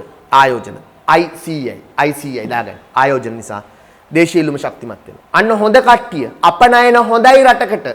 ආයෝජන හොඳයි රටකට. දේශීය ඉල්ලුම ශක්තිමත් වෙනවා. ආණ්ඩුව අපෙන් අය කරගත්තු බදු ටික නැවත වියදම් කරනවා. රාජ්‍ය සේවකයට පඩි ගෙවනවා. පොලිස් නිලධාරියට, ගුරුවරයාට ආණ්ඩුව පඩි ගෙවනවා. විශ්වවිද්‍යාල ආචාර්යවරයාට. එතකොට ඒගොල්ලෝ ඒ සල්ලි වලින් භාණ්ඩ මිලදී ගන්නවා. සමහරට රජයේ ඍජුවම භාණ්ඩ ගන්නවා. ඉස්පිරිතාලට අවශ්‍ය බෙහෙත් ටික ගන්නවා. ඉස්කෝල වලට අවශ්‍ය පොත්පත් මිලදී ගන්නවා. අන්න දේශීය ඉල්ලුම ශක්තිමත් වෙනවා. ආණ්ඩුව වියදම් කරනවා. රාජ්‍ය වියදම්. එහෙනම් දේශීය ඉල්ලුමට හිත කර යාළුවෝ 3 දෙනයි. කවුද 3 දෙනා? එක්කෙනෙක් අපනයන, අනිත් එක්කෙනා ආයෝජන, අනිත් එක්කෙනා රාජ්‍ය වියදම්. හිතවත්තු 3 දෙනයි. දේශීය ඉල්ලුම ශක්තිමත් කරන හිතවත්තු 3 දෙනෙක් ඉන්නවා. අපනයන එක්ස්පෝර්ට් X, ආයෝජන I, රාජ්‍ය වියදම් G. ඒ 3 දෙනා හොඳයි. ඒවට කියනවා එකතු වීම කියලා. දේශීය ඉල්ලුමට තියෙන එකතු වීම. දේශීය ඉල්ලුම ශක්තිමත් කරන අය. නරක 3 දෙනා තමයි මේ බදු, ඉතුරුම්, ආනයන දැන් කටපාඩම් වෙන්න ඕන. නරක 3 දෙනා ඉතුරුම් මොකද්ද? ඉතුරුම්, බදු, ආනයන. හරි. එතකොට භාණ්ඩ හා සේවා මත සමස්ත ඉල්ලුම ලියන්න. සමස්ත ඉල්ලුම E. භාණ්ඩ හා සේවා මත මෙතන තියෙන හැම අකුරක්ම ලියවිලා නැත්නම් ඔක ලියා ගන්න. සමස්ත වියදම භාණ්ඩ හා සේවා මත සමස්ත වියදම E කියලා දාන්න. E 1000යි. 1000ක් එන්නේ කොහමද? අපි ගන්න පෞද්ගලික පරිභෝජනයේ C 700යි, 700 125, 825, 825, 100, 925, 925, 75යි, 1000යි, 1000ක් වියදම් වෙනවා. තමයි සමස්ත ඉල්ලුම E 1000යි. 1000යි. සමස්ත ආදායම Y 1000යි, E 1000යි සමානයි. සාර්වාර්ථිකයේ සමතුලිතයි. හැම වෙලාවෙම ඔහොම වෙන්නේ නැහැ. සමතුලිත වුණොත් ඔන්න ඔය වගේ තැනකට තමයි කියන්නේ සමතුලිතයි කියලා. ආදායම Y 1000යි, වියදම E 1000යි. සමහර සැපයුම සමානයි ඉල්ලුමට, නැත්නම් ආදායම සමානයි වියදමට කියලා කියනවා. පුතේ ඔතන මේ අපේ හිතකර 3 දෙනා කවුද කියන්නේ? අපනයන අංක 4 හිතකර ප්‍රවාහයක්, එකතු වීම ප්‍රවාහයක්. ආයෝජන අංක 4 කියලා දාලා තියෙනවා, එකතු වීම ප්‍රවාහයක්. රාජ්‍ය වියදම අංක 4 කියලා දාලා තියෙනවා, හිතකර අය එකතු වීම ප්‍රවාහ විදියට දාලා තියෙනවා. රයිට්. මෙතන අංක 2 කියලා කියන්නේ භාණ්ඩ හා සේවා සඳහා දරන විදිහ. අංක 2 මෙතනින් කපන්න. කපලා අංක 2 මෙතනට දාගන්න. අංක 2 අතරින් කපලා මෙතනට දාගන්න. අංක 2 මෙතනින් කපලා මෙතනට දාගන්න. ඒ තමයි සමස්ත වියදම 2. සමස්ත ආදායම 1000යි, සමස්ත වියදම 2000යි. ගිලිහීම් 3 තමයි මේ අංක 3 කියලා තියෙන්නේ. ඉතුරුම්, බදු, ආනයන. එකතු වීම තමයි අංක 4 කියලා තියෙන්නේ. අපනයන, ආයෝජන, රාජ්‍ය වියදම. රයිට්. දැන් පුතේ මම නැවත තව එක වතාවක් මේක කියන්න. මේ කතන්දරයක්. මේ කතන්දරේ දන්නේ නැතුව සාරවාර්ථික ඉගෙන ගන්න බෑ. ඒකයි මෙච්චර මේක වැදගත්. වෙන කිසිම දෙයකට වඩා මේක වැදගත් ඒකයි. සාර්වාර්ථික සමතුලිතය දැනගන්න නම් මේ කතන්දරේ දැනගන්න ඕන. මේ කතන්දරේ උගන්වන්න නැතුව ගුරුවරු උගන්වනෝ ළමයි කටපාඩමෙන් ගණන් හදන වැඩක් නැහැ. අමාරු 3ක් අහපු ගමන් ඉවරයි. පොඩ්ඩක් කරකවලා අහපු ගමන් ඉවරයි පේපර් එකේ. උත්තරයක් ලියා ගන්න බෑ. ඒක නිසා තමයි මේ සිද්ධාන්තත් එක්ක බැඳිච්ච මේක පිටිපස්සේ තියෙන තියරිය හරියට කියලා දෙන්න ඕගොල්ලොන්ට මේ. මේකේ ගැඹුර. රයිට්. අද මේමයි පුතේ කියන්නේ. යම්කිසි රටක නිෂ්පාදන ආයතන තියෙනවා. නේ? DSI එක, මදුල්ෂිමා ප්ලාන්ටේෂන් එක, වටවල ප්ලාන්ටේෂන් එක, නේ? තව මොනවද? හැම වෙලාවෙම මම කියන ටික. තව හයිලන්ඩ් එක, ඊට පස්සේ ෆ්‍රීලන්ඩ් එක, හරිස්චන්ද්‍ර එක, සිද්ධාලේප එක. ඔගේ දේශීය නිෂ්පාදන ආයතන තියෙනවා. නිෂ්පාදන ආයතන වලින් මිනිසුන්ට ලැබෙනවා වැටුප්, බදුකුලි, පොලි ලාභ. ශ්‍රමිකයන්ට වැටුප්, භූමිය සපයන අයට බදුකුලි, නිෂ්පාදන ආයතන වලට ප්‍රාග්ධනය සපයන අයට පොලි, නිෂ්පාදන ආයතනට ව්‍යවසායකත්වයේ දැනුම දෙන අයිතිකාරයට, නිෂ්පාදන ආයතන වෙනම ගත්තොත් අයිතිකාරයට දැන් DSI එකේ අයිතිකාරයට ලැබෙන්නේ ලාභ. නම් වැටුප්, බදුකුලි, පොලි ලාභ නිෂ්පාදන ආයතන වලින් අපිට ලැබෙනවා. 1000ක් හම්බුණාට 1000 ගෙදර යන්නේ නැහැ පුතේ. 1000ක් හම්බුණාට රුපියල් බිලියන 1000ම ගෙදර යන්නේ නැහැ. 1000 වයි කියලා ගත්තොත් 1000ම ගෙදර යන්නේ නැහැ. 1000න් ඉස්සෙල්ලාම ආණ්ඩුවට බදු ගෙවනවා. net tax 75ක් අඩු වුණා 925යි. ඊළඟට තව 100ක් බැංකුවේ දැම්මා 825යි. තව 125ක් විදේශ භාණ්ඩ ගන්න වියදම් කරා 700යි අඩු වුණා. අර ගෙදරට ආවේ 700යි, කුටුම්බාංශයට ආවේ 700යි. දැන් කුටුම්බාංශයේ පරිභෝජනයට වියදම් කරන්නේ 700යි. මුළු රටේම කුටුම්බ පරිභෝජනයට වියදම් කරන රුපියල් බිලියන 700යි. දේශීය ඉල්ලුම දුර්වල කරා 3 දෙනෙක්. කවුද දුර්වල කරේ? අන්න ඒගොල්ලන්ට කියන ගිලිහීම් කටපාඩම් කරන්න වෙනෝ දැන්. කවුද ගිලිහීම් තුන? කටපාඩම් කරන්නේ දැනගෙන තියරිය. ඒක නිසා අවුලක් නැහැ. තියරිය දන්නේ නැතුනේ මේ කටපාඩම් කරන්නේ දැනගෙන. ගිලිහීම් තුන කවුද? බදු, ඉතුරුම්, ආනයන නිසා දේශීය ඉල්ලුම දුර්වල වුණා. බදු, ඉතුරුම්, ආනයන නිසා දේශීය ඉල්ලුම දුර්වල වුණා. එහෙනම් දේශීය ඉල්ලුම දුර්වල කරපු බදු, ඉතුරුම්, ආනයන වලට කියන ගිලිහීම් කියලා. NT ධන S ධන M ගිලිහීම්. හරි දැන් 700යි තියෙන්නේ දේශීය භාණ්ඩ ගන්න. නමුත් සපෝට් එකට එනවා විදේශිකයෝ ඇවිල්ලා අපේ වටවල ප්ලාන්ටේෂන් එකෙන් තේ කොළ ගන්නවා, සිද්ධාලේ මුදලාගේ සිද්ධාලේප ගන්නවා, DSI එකේ සපත්තු ගන්නවා. අන්න අපනයන ඉල්ලුම. එකතු වීමක් ශක්තිමත් වෙනවා. බැංකුවේ දාපු සල්ලි ටික බැංකු ව්‍යාපාරිකයන්ට ණයට දුන්නාම ව්‍යාපාරිකයෝ භාණ්ඩ මිලදී ගන්නවා. ආයෝජන ඉල්ලුම. ශක්තිමත් වීමක්, එකතු වීම. ආණ්ඩුව තමන් එකතු කරගත්තු සල්ලි වලින් නැවත රාජ්‍ය සේවකයන්ට පඩි ගෙවනවා. ඊට පස්සේ රජයට අවශ්‍ය දේවල් මිලදී ගන්නවා. එතකොට නැවත දේශීය ඉල්ලුම ශක්තිමත් වෙනවා. රාජ්‍ය සේවකයන්ට පැටි කිව්වම මේගොල්ලෝ භාණ්ඩ ගන්න ඕනේ දේශීය ඉල්ලුම ශක්තිමත් වෙනවා. එතකොට නැවත ඒකත් එකතු වීම. එන එකතු වීම තුනක් තියෙනවා ආර්ථිකයේ මොනවද? අපනයන X, ආයෝජන I, රාජ්‍ය වියදම් G. එකතු වීම හොඳ තුන් දෙනයි. I X ඉන්නවා, I ඉන්නවා, G ඉන්නවා හොඳ තුන් දෙනා. ඒ තුන් දෙනාත් එක්ක සෙට් වුණාම 700යි 125යි 825යි 925යි 75යි 1000යි භාණ්ඩ හා මත සමස්ත ඉල්ලුම 1000යි. ඒක අංක දෙකෙන් දාලා තියෙනවා. රයිට්. අන්න 22 පිටුවට. 22 පිටුවට. 22 පිටුවක ලස්සනට මෙන්න මෙහෙම පැහැදිලි කරනවා. සමස්ත ආදායම උපයෝජනය වීම. කුටුම්බංශයේ සාධක සේවා සපයා උපයා ගන්න ආදායම. රයිට්. පොඩකින්. මම මෙහෙම කියනවා. මේකේ පුතේ 22 පිටුවට යන්න ඕන ඊට කලින් මම මේක මෙන්න මෙහෙම දෙයක් කියනවා. මට පොඩ්ඩක් ඉඩ මදි වගේ සිද්ධියක් තියෙන කමක් නැහැ. ඔයගොල්ලෝ ගත්තේ රූප සරහන තියෙනවනේ. හරි. මම මකනවා. ටිකක් මකලා දාන්න වෙන කරන්න දෙයක් නැහැ. රයිට්. පුතේ මට මෙන්න මෙහෙම කියන්න පුළුවන්. මේ ආර්ථිකයේ සමස්ත ආදායම සමානයි සමස්ත වියදම නම්. ඔහොම කියලා කිව්වොත්. මේ රටේ මුළු ආදායම හැදෙන්නේ මෙහෙමයි. ආදායම 1000යිනේ. ආදායමෙන් මොනවද කරේ? ආදායමෙන් මොනවද කරේ? ආදායමෙන් මොනවද කරේ අපි? ආදායමෙන් 700ක් ගෙදරට ගියා කුටුම්බෙටම. ඒ ටික තමයි පරිභෝජනෙට වියදම් කරේ. අපි 700ක් පරිභෝජනය කරා. ඊට පස්සේ තව 75ක් ඔයගොල්ලෝ රූප සරහන බලන්න පොත පෙරලා බලන්න 75ක් බදු ගෙව්වා. බදු NT. බදු ගෙව්වා. තව මොනවද කරේ? ආදායමෙන් 75ක් බදු ගෙව්වා. ආදායමෙන් 100ක් ඉතුරු කරා. ඉතුරු මේ උඩ ටික උඩ පැත්ත. තව ආදායමෙන් 125ක් ආනයනය කරා. ඔන්න ආදායමට අපි කරපු දේ. අපි 1000ක් හම්බ කළා 700ක් පෞද්ගලික පරිභෝජනයට ගෙදර ගෙනිච්ච දේශීය භාණ්ඩ ගන්න. 75ක් බදු ගෙව්වා. 100ක් ඉතිරි කරා බැංකුවේ දැම්ම. 125ක් ආනයන භාණ්ඩ මිලදී ගන්නේ දේව. ඔන්න 1000 හැදිච්ච හැටි. එකතුව 1000. ඒ තමයි සමස්ත ආදායම. රටේ සමාහාර ආදායම, සමස්ත ආදායම. ආදායම. මේකට කියනවා සමාහාර ආදායම. ආදායම. ඒක සමානයි සමතුලිතෙදී සමාහාර වියදමට. වියදම කියන්නේ දේශීය භාණ්ඩ හා සේවා ඉල්ලන එක. පුතේ මේ පැත්තෙත් C තියෙනවා. අපේ ආදායමෙන් ආපු C තමයි දෙපැත්තටම ඉන්නේ. C දෙපැත්ත කනවා දෙපැත්තෙම ඉන්නේ. අපේ දේශීය භාණ්ඩ ඉල්ලන පරිභෝජනය. දේශීය ඉල්ලුම ශක්තිමත් කරනවා තව එක්කෙනෙක් කවුද? ආයෝජන. පිළිවෙල ගැටලුවක් නැහැ කොහොම ලිව්වද? තව රාජ්‍ය වියදම්. තව අපනයන. අපි දන්නවා අපේ ගානේ පෞද්ගලික පරිභෝජනයේ 700යි දෙපැත්තෙම දානවා. ආයෝජනයේ 100යි කිව්වා. රාජ්‍ය වියදම 75යි කිව්වා. අපනයන 125යි කිව්වා. ඒත් එකතුව 1000යි. පුතේ ඔන්නෝම ලිව්වොත් මේ පැත්ත සමාහාර ආදායම අර පැත්ත සමාහාර වියදම. සාර්වත්‍රිකයේ සමතුලිතයි කියන්නේ ඔන්න ඔය කන්ඩිෂන් එකේදී. අපේ සමස්ත ආදායම 1000යි. මේක උගන්වනවා නැවත. හරි පුතේ. එතකොට මෙන්න මේක චුට්ටක් ලියා ගන්න පුතේ 22 පිටුවේ හරි නැත්තම් නෑ. දෙකේ එකක්. 21 පිටුවෙම ලියන්නකෝ යටින්නේ. 21 පිටුවට එන්නේ 21. 21 පිටුවේ යටින් මෙන්න මේ ටික පොඩ්ඩක් පුළුවන් නම් චූටියට පොල් ගෙඩි අකුරෙන් කැතට ලියන්න එපා නිකන් ලාවට ලියන්න. ලාවට මේක නැවත උගන්න එක. නැවත උගන්න එකක් දැනට පොඩ්ඩක් ලියන්න. ආර්ථිකයේ සමස්ත ආදායම Y සමානයි සමස්ත වියදමට සමාහාර වියදමට. Y සමානයි ඊට. 21 පිටුවේ යට අයිනකින් ලියාගෙන සමස්ත ආදායම සමානයි සමස්ත වියදමට. Y කියලා කියන්නේ සමාහාර ආදායම ලියන්න සමාහාර ආදායම. සමාහාර ආදායම. E කියන්නේ සමාහාර වියදම. සමාහාර වියදම. ඔක සැපයුම ඉල්ලුම කියලාත් කියනවා. මේ පැත්ත සැපයුම අර පැත්ත ඉල්ලුම. මේ පැත්ත සැපයුම අර පැත්ත ඉල්ලුම. මේක සැපයුම.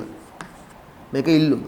සමාහාර සැපයුම මේක සමාහාර ඉල්ලුම කියලාත් කියනවා. හරි. සමාහාර ආදායම සමාහාර වියදම. නැත්නම් සැපයුම හා ඉල්ලුම. ආදායම කියන්නේ සැපයුම. වියදම කියන්නේ ඉල්ලුම. රයිට්. පුතේ කොහොමද සමස්ත ආදායම අපි ආදායම මොකද්ද උනේ? අපි 1000ක් හම්බ කරා. 1000න් පරිභෝජනය කරා. බදු ගෙව්වා. 1000ට කරපු දේවල්. අපිට 1000ක් හම්බුණානේ. 1000ට මොකද කරේ කියලා ඇහුවොත් 700ක් පරිභෝජනය කරා දේශීය භාණ්ඩ. 75ක් බදු ගෙව්වා. 100ක් බැංකුවේ දැම්ම ඉතිරි කරා 125ක් ආනයන භාණ්ඩ පරිභෝජනය කරා. විදේශීය භාණ්ඩ සඳහා යොදවගත්තා. රයිට්. ඒ තමයි ආදායම උපයෝජනය. සමස්ත වියදම අපි වියදම් කරා ඉතින් 700ක්. දේශීය භාණ්ඩ වලට වියදම් කරා 700ක්. දේශීය භාණ්ඩ මත සමස්ත වියදම අපි වියදම් කරා 700ක්. දේශීය භාණ්ඩ ගන්න ආයෝජකයෝ වියදම් කරා 100ක්. දේශීය භාණ්ඩ ගන්න රජයේ වියදම් කරා 75ක්. දේශීය භාණ්ඩ ගන්න විදේශිකයෝ වියදම් කරා 125ක්. එහෙනම් දේශීය භාණ්ඩ මත වියදමත් හරියටම 10යි. 10යි. ඔය වගේ දෙපැත්ත සමානයි කියලා අපි කියනවා. රයිට් පොඩ්ඩක් ඔන්න ඔය අදහස ඔළුවේ තියාගෙන එන්න ඊළඟ පිටුවට. 22 පිටුවට. 22 පිටුවේ තියෙනවා සමස්ත ආදායම උපයෝජනය වීම. ආදායම උපයෝජනය වීම. එතන කුටුම්බංශයේ සාධක සේවා සපයා ගන්නා ආදායම පරිභෝජන ඉතිරි කිරීම බදු ගෙවීම ආනයන සඳහා ප්‍රයෝජනකට ගන්න ආකාරයේ ප්‍රවාහයකින් දැක්වේ. 21 පිටුවට ගියොත් 21 පිටුවේ අංක 1 කියන ප්‍රවාහය මේ මෙතන 21 පිටුවේ අංක 1 කියන ප්‍රවාහය මෙහෙම 21 පිටුවේ අංක 1 කියන ප්‍රවාහය මෙහෙම පෙන්නනවා. අංක 1 කියන ප්‍රවාහය පෙන්නනවා. ආදායම උපයෝජනය කරන ආකාරය. ආදායම ගන්නෙ මොකටද? එකක් පරිභෝජනයට. අනිත් එක ඉතුරු කරන්න. අනිත් එක බදු ගෙවන්න. අනිත් එක ආනයන. පොඩ්ඩක් අපි ඔතන ලියමු 22 පිටුවේ. 22 පිටුවේ මෙන්න මෙහෙම උඩට මෙන්න උඩටම සමස්ත ආදායම උපයෝජනය වීම කියන තැනට එන්න. සමස්ත ආදායම උපයෝජනය වීම කියන තැන වරහන් ඇතුලේ y කියලා දාන්න. මාතෘකාව ගාව. සමස්ත ආදායම උපයෝජනය වීම කියන තැන දාන්න y අකුර වරහන් ඇතුලේ y.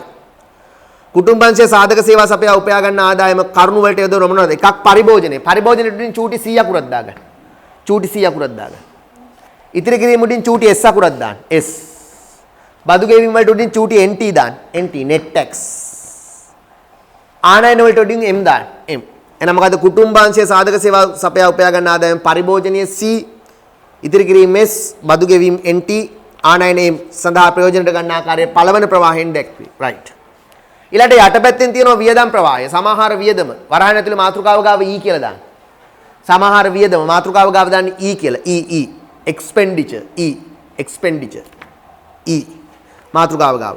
නිෂ්පාදනාංශය විසින් නිපදවන භාණ්ඩ හා සේවා මිලදී ගැනීමට පරිභෝජනය. අහපව උඩින් චූටියට c පරිභෝජනෙට උඩින් ආයෙ චූටි c එකක් දාන්න. ආයෝජනය උඩින් චූටි i එකක් දාන්න. රජයේ මිලදී ගැනීම උඩින් චූටි g එකක් දාන්න. අපනයන උඩින් චූටි x එකක් දාන්න. සමහර වියදමේ සංරචක මොනවද? පරිභෝජනයේ c පරිභෝජනයේ දෙපැත්ත කනවා දෙපැත්තෙම ඉන්න. ආයෝජනයේ i රාජ්‍ය මිලදී ගැනීම g අපනයන x ඒක දෙවන ප්‍රවාහයෙන් දැක්වේ කියලා කියනවා. අංක 2 ප්‍රවාහයෙන් මේ යටපැත්තෙන් පෙන්වන්නේ ඒක. යටපැත්තෙන් පෙන්වන්නේ ටික. right. ඊළඟට පුතේ තියෙනවා කාන්දු වීම හා විදීම් කියලා. ඇත්තටම පුතේ කාන්දු වීම විදීම් කියන්නේ මෙන්න මේවා. මේකේ මම කිව්වොත් දැන් මම මේ ලියපු සටහනේ ඔයගොල්ලෝ කපන්න එපා ඔයගොල්ලෝ කපන්න එපා මේක මම මේකේ c ට c කැපුවොත් මේ පැත්ත ඉතිරි වෙන්නේ කවුද? බදු ඉතුරුම් පිළිවෙල අවුලක් නැහැ කොහමද ඉන්න තුන් දෙනා ආනයන මේ පැත්ත ඉතිරි වෙන්නේ කවුද? මේ දෙන c ට c කැපුවා දෙපැත්තෙම ඉන්න නිසා i g x පුතේ අපි ඇත්තටම මෙන්න මේකට කියනවා ආර්ථිකය මොනවද? කාන්දු වීම නැත්නම් අපි කියන ඔකට කියනවා ගිලිහීම් කියලා. කාන්දු වීම නැත්නම් ගිලිහීම්. කාන්දු වීම කිව්වත් හරි මේ නමත් මතක තියාගන්න. ගිලිහීම් කිව්වත් හරි ගිලිහීම්. මේ පැත්තේ තියෙනවා එකතු වීම. නැත්නම් අපි කියනවා විදීම් කියලා. විදීම්. ඒ කියන්නේ අර ප්‍රවාහයෙන් සමහර වියදම දුර්වල කරන ඒවා. අපිට හම්බිච්ච 1000 වියදම් කරන්න උනේ 700. හම්බුණ 1000ක් වියදම් කරේ 700යි මුලින්. සමහර වියදම දුර්වල කරා කවුද? බදු 75ක් දුර්වල කරා. අර උඩ තිබිච්ච අය. ඉතුරුන් නිසා සමහර වියදම 100ක් දුර්වල වුණා. ආනයන නිසා 125ක් දුර්වල වුණා. සමස්ත ගිලිහීම් තියෙනවා 300ක්. සමස්ත ගිලිහීම් 300යි. එකතු වීම යටපැත්තේ තියෙනවා. සමහර ඉල්ලුම ආයෝජන නිසා ශක්තිමත් වුණා 100කින්. රාජ්‍ය වියදම නිසා ශක්තිමත් වුණා 75කින්. අපනයන නිසා ශක්තිමත් වුණා 125කින්. එකතුව 300යි. ඔන්න ඕක. ඔකට අපි කියනවා ගිලිහීම් එකතු වීම. නැත්නම් කාන්දු වීම විදීම් කියලා. ඔයා උගන්වනවා දැන් තව ටික. තාම ඉගෙනුවේ නැහැ නිකන් යන්තම් කිව්වේ. සුපිරියට උගන්වනවා තා චුට්ටකින් ඔක හොඳට තවත්. හරි පොඩ්ඩක් ඉන්න. පුතේ මෙන්න මෙහෙම ලියා ගන්න. ඔතන උඩ ලියන්න. උඩ 22 පිටුවේ උඩ ලියන්න. කාන්දු වීම හේවත් ගිලිහීම්. එකතු වීම හේවත් විදීම්. කාන්දු වීම හේවත් ගිලිහීම්. එකතු වීම හේවත් විදීම්. කාන්දු වීම හේවත් ගිලිහීම් සමාන එකතු වීම හේවත් විදීම්. මේක ලියා ගන්න 22 පිටුවේ උඩ. උඩ. කාන්දු වීම හේවත් ගිලිහීම් එකතු වීම හේවත් විදීම් වලට සමානයි. පුතේ ආර්ථිකය ගැන නරක 3 දෙනෙක් ඉන්නවා. ගහලා එලවන්න ඕන 3 දෙනෙක්. ඒක නිසා අපේ රටේ සමස්ත දේශීය භාණ්ඩමත් තියෙන ඉල්ලුම දුර්වල වෙනවා. දේශීය භාණ්ඩමත් තියෙන ඉල්ලුම දුර්වල කරන 3 දෙනා කවුද? එකක් බදු ගෙවපු තරමට දේශීය භාණ්ඩ ගන්න බෑ. අතේ සල්ලි නැහැ. අනිත් එක ඉතුරු කරපු තරමට දේශීය භාණ්ඩ ගන්න අතේ සල්ලි නැති වෙනවා. අනිත් එක ආනයන කරොත් දේශීය භාණ්ඩ ගන්න සල්ලි නැති වෙනවා. ගිලිහීම් හේවත් කාන්දු වීම තුනයි. NT සුද්ධ බදු, S ඉතුරුම්, M ආනයන. සුද්ධ බදු ඉතුරුම් ආනයන නරක 3 දෙනා උඩ රතු පාටින් පෙන්වුවේ 3 දෙනා. 75 100 125 300යි. හොඳ 3 දෙනෙක් ඉන්නෝ දේශීය ඉල්ලුම ශක්තිමත් කරන. කවුද 3 දෙනා? ආයෝජන I, රාජ්‍ය වියදම් G, අපනයන X දේශීය භාණ්ඩ වලට ඉල්ලුම වැඩි වෙනවා. 100 75 125 300යි. ඔය ටික ලියාගත්තා. රයිට්. ලියාගත්තා. ලියාගෙන දැන් එන්න නෝට් එකේ එතෙන්ටම 22 පිටුවට. බලන්න පුතේ මෙතන. අතන තියෙනවා කාන්දු වීම. කාන්දු වීම කියලා මාතෘකාවක් තියෙනවා. කාන්දු වීම කියන මාතෘකාව ගාව වරහන් ඇතුලේ දාගන්න ගිලිහීම්. කාන්දු වීම වලට කියන්නේ ගිලිහීම්. සංකේතෙත් වරහන් ඇතුලේ දාගන්න W withdrawals. කාන්දු වීම ගිලිහීම එහෙම නැත්නම් W withdrawals කියලා කියනවා. මම ඒ සංකේතෙත් මෙතන දාන්නම් මෙතනත් දාන්නම් මේ W. මේ පැත්ත එකතු වීම වලට කියන්නේ J joining. කාන්දු වීම ගිලිහීම නැත්නම් W කියලා කියනවා. මාතෘකාව ගාව ලියන්න කාන්දු වීම. ගිලිහීම එහෙම නැත්නම් W. කාන්දු වීම වලට කියනවා ගිලිහීම කියලාත් කියනවා. W තමයි සංකේතය withdrawals. කුටුම්බංශයේ උපයන මුළු ආදායම් වියදම් බවට පත් නොවි ආදායම් ප්‍රවාහයෙන් ආනයන බදු ඉතුරුම් ලෙස බැහැරවීම. නේ? ආනයන නිසා අපේ දේශීය ඉල්ලුම දුර්වල වෙනවා. ඉතුරුම් නිසා දේශීය ඉල්ලුම දුර්වල වෙනවා. බදු නිසා දුර්වල වෙනවා. එහෙනම් අන්නේ 3 දෙනා. ආනයන ඉතුරුම් බදු ලෙස බැහැරවීම අංක 3 ප්‍රවාහයෙන් දක්වනවා. අපි අංක 3 කියලා දැම්මේ කලින් පිටුවේ වට. ඔතන පොඩ්ඩක් දාන්න මෙහෙම. ආනයන වලට උඩින් M දාන්න. M. බදු වලට උඩින් NT දාන්න. කාන්දු වීම ගාව ආනයන වලට උඩින් මෙතන ආනයන වලට උඩින් දාන්න M. බදු වලට උඩින් දාන්න NT. ඉතුරුම් වලට උඩින් දාන්න S. අන්න ඒවා තමයි ගිලිහීම. ඒක අංක 3 ප්‍රවාහයෙන් පෙන්නනවා. ඊට පස්සේ එන්න පුතේ ඊළඟ මාතෘකාවට විදීම්. විදීම් ගාව ලියන්නේ එකතු වීම කියලා. විදීම් කියන්නේ එකතු වෙනවා. අපේ ප්‍රවාහයට එකතු වෙනවා. වියදම් ප්‍රවාහයට එකතු වෙනවා. විදීම්. වියදම් වැඩි වෙනවා. වියදමට එකතු වෙනවා. විදීම්. ඉන්ජෙක්ෂන්ස්. වියදම් ප්‍රවාහය ඇතුළට එකතු වෙනවා මුදල්. විදීම් එකතු වීම. අපි එකට සංකේතය J joining කියලා කියන්නේ J. එතන ලියන්නේ විදීම් නැත්නම් එකතු වීම J. මාතෘකාව ගාව ලියන්නේ විදීම් කියන තැන ලියන්නේ එකතු වීම වරහණ තුල J කියලාත් ලියාගන්න J. එයා හැදිලා තියෙන්නේ IGX වලින්. I කියන්නේ මොකද්ද? ආදායම් ප්‍රවාහයට පරිබාහිරව වියදම් ප්‍රවාහයට ආයෝජනයේ රජයේ මිලදී ගැනීම අපනයන ලෙස එකතු වෙනවා. ආයෝජනයේ උඩින් චූටියට දාන්න I අකුරක්. ආයෝජනයෙන් I. රාජ්‍ය වියදම් රජයේ මිලදී ගැනීම වලට උඩින් දාන්න චූටියට G අකුරක්.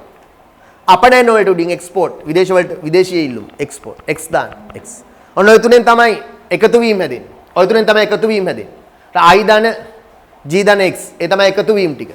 එතකොට අපි ඔය විදිහට ආර්ථිකයේ තියෙන සමස්ත ආදායම, සමස්ත වියදම, කාන්දු වීම, විදීම් මේ සියල්ල අපි සාකච්ඡා කරා. රයිට්. දැන් පොඩ්ඩක් එන්න පුතේ. දැන් තමයි පාඩම උගන්වන්න අපි පටන් ගන්න. ඔය ටික සාකච්ඡා කරලා ඉවරලා. දැන් එන්න පිටු අංකය 19ට. මේවා තියරි. දැන් අවබෝධය තියෙනවා. මේවා ලියා ගන්න පුළුවන්. පිටු අංකය 19ට එන්න. 19 ඉස්සෙල්ලම තියෙන සමාහාර ඉල්ලුම කියන්නේ මොකද්ද කියලා. මොකද්ද සමාහාර ඉල්ලුම කියන්නේ? 19 පිටුවේ සමාහාර ඉල්ලුම.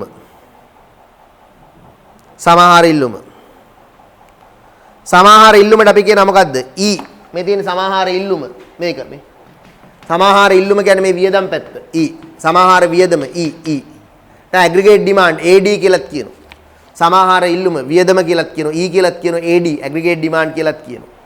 එතන ලියන්නේ මේ මොකද්ද සමාහාර ඉල්ලුම කියන්නේ මෙන්න මේක. මේ ටික ඔක්කොම මේ ටික. සමාහාර ඉල්ලුම ලියන්න.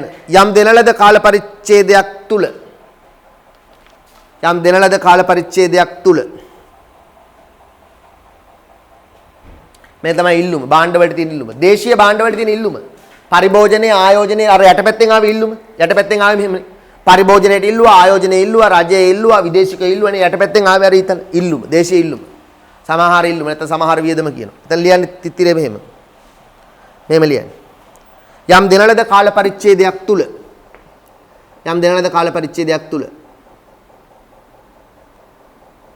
ආර්ථිකයේ විවිධ ක්‍රියාකාරකයන්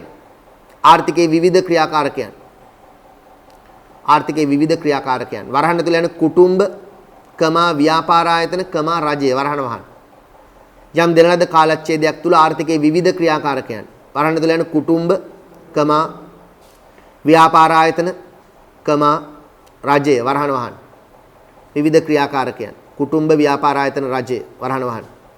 හැම දෙලද කාර්යචේදයක් තුල ආර්ථිකයේ විවිධ ක්‍රියාකාරකයන්. කුටුම්බ, කමා ව්‍යාපාර ආයතන, ක්‍රමා රජය. ඒ ටික වරහන් ඇතුළේ. කුටුම්බ, ව්‍යාපාර, රජය වරහන් ඇතුළේ. භාණ්ඩ හා සේවා මිලදී ගැනීම සඳහා. භාණ්ඩ හා සේවා මිලදී ගැනීම සඳහා. භාණ්ඩ හා සේවා මිලදී ගැනීම සඳහා. භාණ්ඩ හා සේවා මිලදී ගැනීම සඳහා වැය කිරීමට සැලසුම් කොට ඇති වියදම් ප්‍රවාහයයි. වැය කිරීමට සැලසුම් කොට ඇති වියදම් ප්‍රවාහය. භාණ්ඩ හා සේවා ගන්න අපි වියදම් කරන්න සැලසුම් කරලා තියෙන වියදම් ප්‍රවාහය. භාණ්ඩ හා සේවා මිලදී ගැනීම සඳහා වැය කිරීමට සැලසුම් කොට ඇති වියදම් ප්‍රවාහයයි. භාණ්ඩ හා සේවා මිලදී ගැනීම සඳහා වැය කිරීමට සැලසුම් කොට ඇති වියදම් ප්‍රවාහයයි. භාණ්ඩ හා සේවා මිලදී ගැනීම සඳහා වැය කිරීමට සැලසුම් කොට ඇති වියදම් ප්‍රවාහය. මේ ටික තමයි වියදම් කරන්න තියෙන්නේ. ඒ කියන්නේ මේ පෞද්ගලික පරිභෝජනයට ඉල්ලනවා, ආයෝජනයට ඉල්ලනවා. මේ යටපැත්තෙන් එන ටික යටපැත්තෙන් එන ටික පෞද්ගලික පරිභෝජනයට, ආයෝජනයට, අපනයන වලට රජයේ ඉල්ලන ටික. අන්න දේශීය ඉල්ලුම්. ඉරක් ගන්න ඕකට සම්පූර්ණයෙන්. මොකද්ද එතකොට සමාහාර ඉල්ලුම, සමාහාර වියදම කියන්නේ ඕක පේපර් එකේ අහලා ලකුණු 3ක් 4ක් දීපු නිර්වචනයක්. මොකද්ද? යම් දෙලද කාල පරිච්ඡේදය තුළ ආර්ථිකයේ විවිධ ක්‍රියාකාරකයන්, කුටුම්බ, රජය, ව්‍යාපාර ආයතන, භාණ්ඩ හා සේවා මිලදී ගැනීමට වැය කිරීමට සැලසුම් කොට ඇති වියදම් ප්‍රවාහය. පුතේ ඔය කටපාඩමේ තියෙනවනේ. භාණ්ඩ හා සේවා මිලදී ගන්න, වැය කරන්න සැලසුම් කරලා තියෙන වියදම් ප්‍රවාහය. සමාහාර ඉල්ලුම. right. එනම් කුටුම්බ, නිෂ්පාදන ආයතන, රජයේ, විදේශ රටවල යන සියලු ආයතන විසින් මිලදී ගැනීමට සැලසුම් කරන වියදම් ප්‍රවාහය යගේ මේ ඊ මගින් සංකේතවත් කරයි. පුතේ මේකේ කොටස් මේවා. ලියන්න එක. ලියන්න C කියලා තියෙන උතන ලියන්න පෞද්ගලික පරිභෝජනය. සමාහාර ඉල්ලුමේ සංරචක 4යි. එක පෞද්ගලික පරිභෝජනය C මේ C එක මෙයා. පෞද්ගලික පරිභෝජනය C. දෙවෙනි එක මොකද්ද? ආයෝජනය. දෙක ආයෝජනය.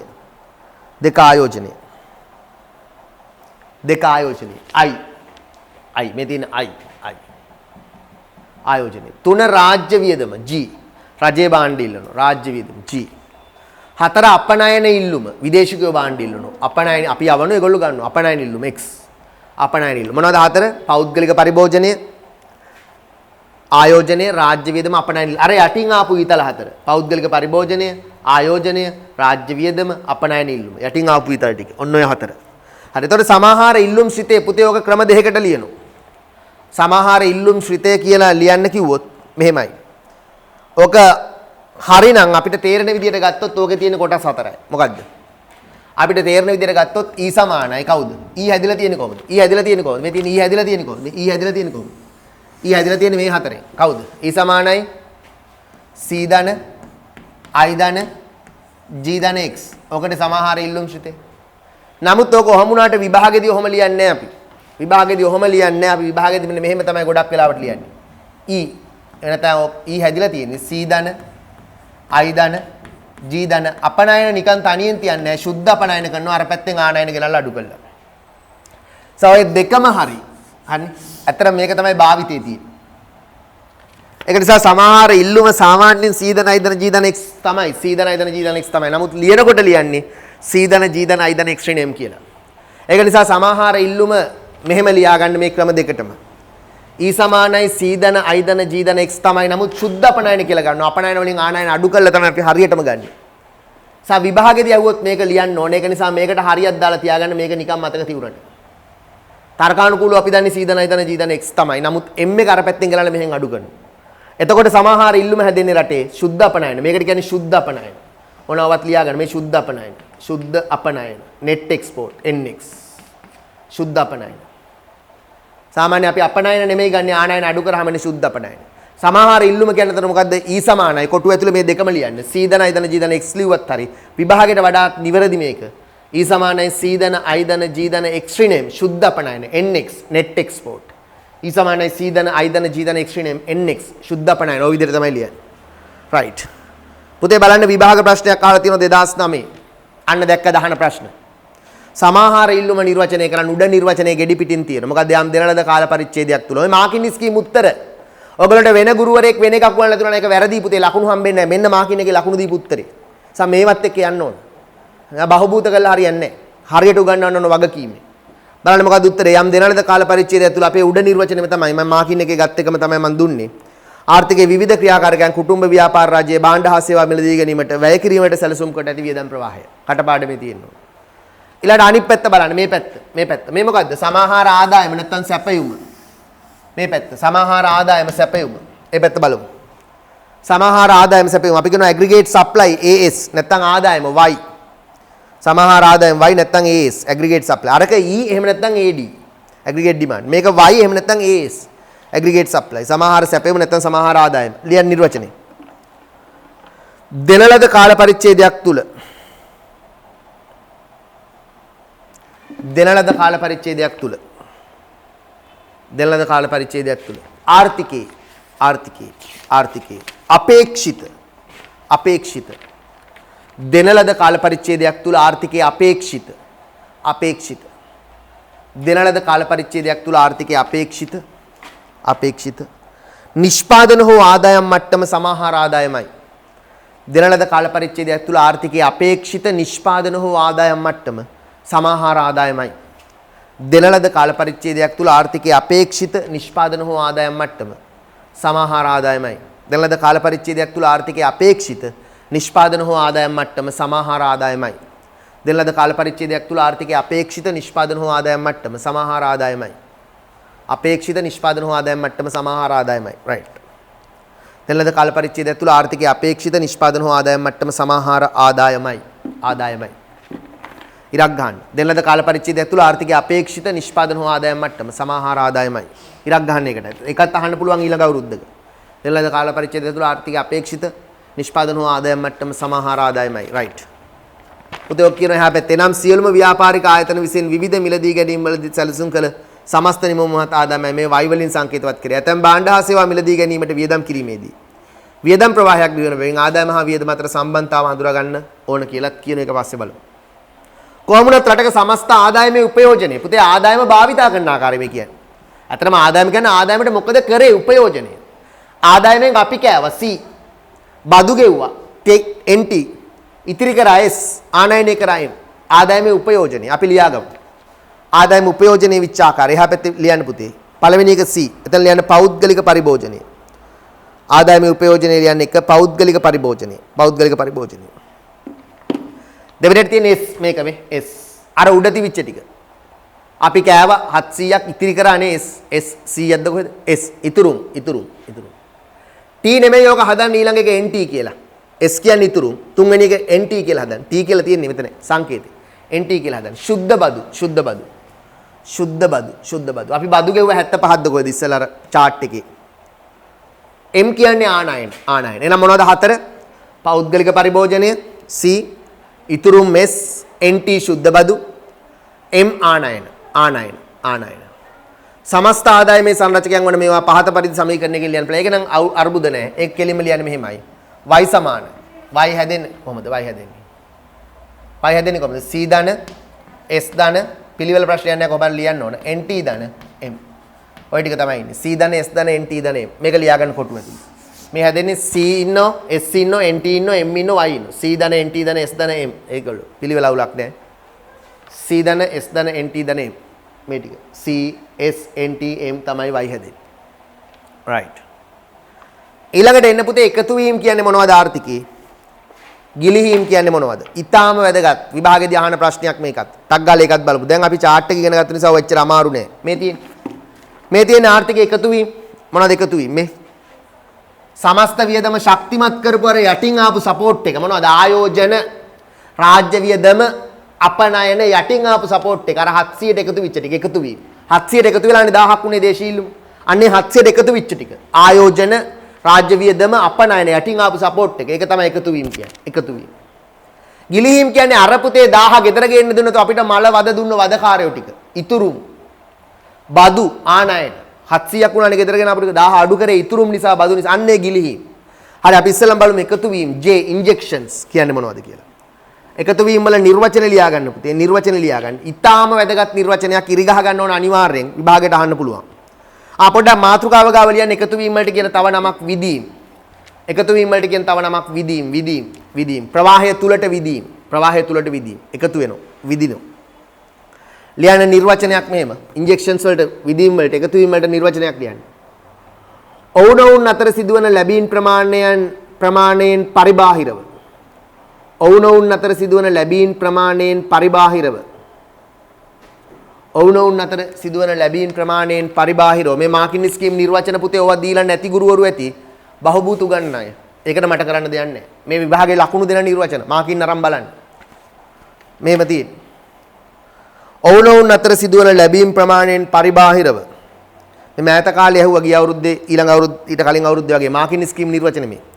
ඔවුනොවුන් අතර සිදුවන ලැබීම් ප්‍රමාණයෙන් පරිබාහිරව මේකට තමයි ලකුණු දුන්නේ. ඔවුනොවුන් අතර සිදුවන ලැබීම් ප්‍රමාණයෙන් පරිබාහිරව ආයතන වලට සහ කුටුම්බ වලට ලැබෙන ලැබීම් හෙවත් ආයතන සහ කුටුම්බ වලට ලැබෙන ලැබීම් හෙවත් ඔවුනොවුන් අතර සිදුවන ලැබීම් ප්‍රමාණයෙන් පරිබාහිරව ආයතන සහ කුටුම්බ වලට ලැබෙන ලැබීම් හෙවත් ඔවුනොවුන් අතර සිදුවන ලැබීම් ප්‍රමාණයෙන් පරිබාහිරව ඔවුනොවුන් අතර සිදුවන ලැබීම් ප්‍රමාණයෙන් පරිබාහිරව ඔවුනොවුන් අතර සිදුවන ලැබීම් ප්‍රමාණයෙන් පරිබාහිරව ආයතන වලට සහ කුටුම්බ වලට ආයතන වලට සහ කුටුම්බ වලට ආයතන සහ කුටුම්බ වලට ලැබෙන ලැබීම් හෙවත් ලැබෙන ලැබීම් හෙවත් ලැබෙන ලැබීම් හෙවත් ලැබෙන ලැබීම් හෙවත් ලැබෙන ලැබීම් හෙවත් වියදම් ප්‍රවාහය ශක්තිමත් කෙරෙන වියදම් ප්‍රවාහය ශක්තිමත් කෙරෙන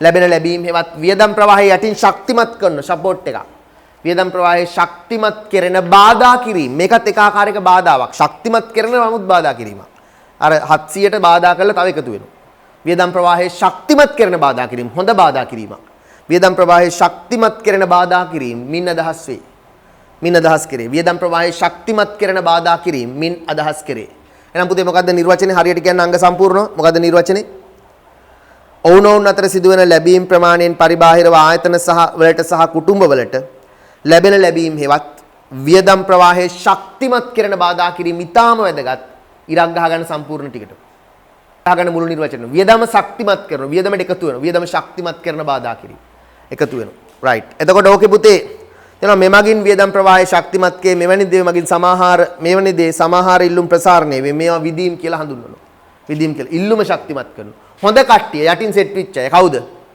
කවුද හොඳ කට්ටිය මේ ඉන්නේ කවුද හොඳ කට්ටිය ආයෝජන I ලියන්න ආයෝජන I ආයෝජන G රාජ්‍ය වියදම් G රාජ්‍ය වියදම් X අපනයන දේශීය ඉල්ලුම ශක්තිමත් වෙනවා පුතේ රටක් දියුණු කරන්න ආයෝජන වැඩි කරන්න ඕනේ එතකොට දේශීය භාණ්ඩ ගන්න ඕනේ ආණ්ඩුව වියදම් කරන්න ඕනේ දේශීය භාණ්ඩ වලට ඉල්ලුම වැඩි වෙනවා අපනයන විදේශ වලට විකුණන වැඩි කරන්න ඕනේ දේශීය භාණ්ඩ ඉල්ලුම රටක් දියුණු කරන්න රටකට ආදරේ තුන් දෙනා ආයෝජන අපනයන රාජ්‍ය වියදම් වැඩි කළ යුතුයි. එතකොට තමයි දේශීය භාණ්ඩ වල තියෙන ඉල්ලුම් වැඩි වෙන්නේ. ඔක අපිට ලියන්න පුළුවන් එකතු වීම ශ්‍රිතේ මෙහෙම ලියන්න පුළුවන්. J හැදෙන්නේ ලියන්න මෙහෙම. J සමානයි. J කියන්නේ කවුද මේ තුන් දෙනා? J හැදෙන්නේ කාගෙන්ද මේ තුන් දෙනාගෙන්? කවුද තුන් දෙනා? J සමානයි I ධන G ධන X. I ධන G ධන X කියලා ලියන්න. J සමානයි I ධන G ධන X. right. එකතු වීම මගින් ආර්ථිකයේ මත ප්‍රසාරණාත්මක බලපෑමක් ඇති වෙනවා. සමස්ත ඉල්ලුම් වැඩි වෙන එක හොඳයිනේ. ඉල්ලුම් වැඩි වෙනකොට මිල ඉහළ යනවා නිෂ්පාදනය වැඩි වෙනවා සේවා නියුක්තිය වැඩි වෙනවා. ඒ නිසා ප්‍රසාරණාත්මක බලපෑමක් ඇති වෙන ඉල්ලුම් වැඩි වීම. ඉරක් ගන්න එකතු වීම මගින් ආර්ථිකයේ මත ප්‍රසාරණාත්මක බලපෑමක් ඇති වේ. එකතු වීම. අන්තිම එක්කෙනා කවුද? ගිලිහි නරක තුන් දෙනා. කවුද ලියන්න පුතේ මෙහෙම ලියන්න. එකත් මාකින් ස්කීම් නිර්වචනයක් තියෙන එකේ විදිහටම ලියමු අපි. ලියන්න ගිලිහි මෙහෙම ලියන්න. අපිට ඉස්සෙල්ලා මාතෘකාව ගාව ලියන්න ගිලිහීම් වලට කියන තව නමක් කාන්දු වීම W කාන්දු වීම withdrawals ගිලිහීම් එහෙම නැත්නම් කාන්දු වීම leakages කියලාත් කියනවා withdrawals කියලාත් කියනවා කාන්දු වීම ඒ කියන්නේ අපිට අර සල්ලි ටික 1000 ගෙදර ගේන්න දෙන්නේ නැහැ පුතේ මේ 1000 ගෙදර ගේන්න දෙන්නේ නැහැ මගදි ගන්නවා බදු විදියට ගන්නවා තාම මොනවද ඉතුරුම් විදියට ගන්නවා විදේශ වලට යනවා ගෙදර ගේන්නේ 700යි අර මගදි මංකොල්ල කන තුන් දෙනා කවුද ඒ ඉස්සෙල්ලාම ලියන්න නිර්වචන ලියන්න මොකද්ද ආයතන වලට හෝ කුටුම්බ වලට ලැබෙන ලැබීම් වලින් ආයතන වලට හෝ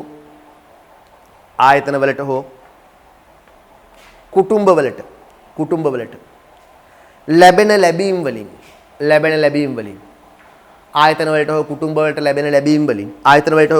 ලැබෙන ලැබීම් වලින් ආයතන වලට හෝ කුටුම්බ වලට ලැබෙන ලැබීම් වලින් වියදමක්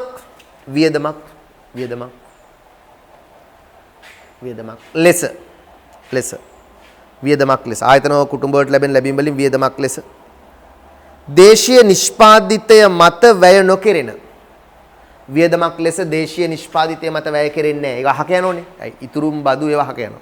දේශීය වියදමක් ලෙස දේශීය නිෂ්පාදිතය මත වැය නොකෙරෙන වියදමක් ලෙස දේශීය නිෂ්පාදිතය මත වැය නොකෙරෙන දේශීය නිෂ්පාදිතය මත වැය කරන්නේ 700යි. අර ටික එළියට ගියේ. වියදමක් ලෙස දේශීය නිෂ්පාදිතය මත වැය නොකෙරෙන වියදමක් ලෙස දේශීය නිෂ්පාදිතය මත වැය නොකෙරෙන